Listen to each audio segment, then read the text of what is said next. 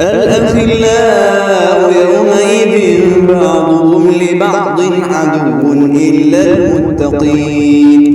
يا عبادي لا خوف عليكم اليوم ولا أنتم تحزنون الذين آمنوا بآياتنا وكانوا مسلمين ادخلوا الجنة أنتم وأزواجكم تحبرون يطاف عليهم بصحاف من ذهب وأكواب وفيها ما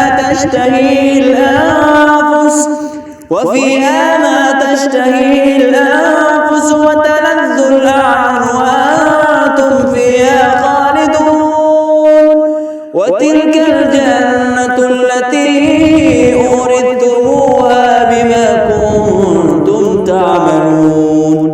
الجنة التي أورثتموها بما كنتم تعملون لكم فيها فاكهة كثيرة منها تأكلون.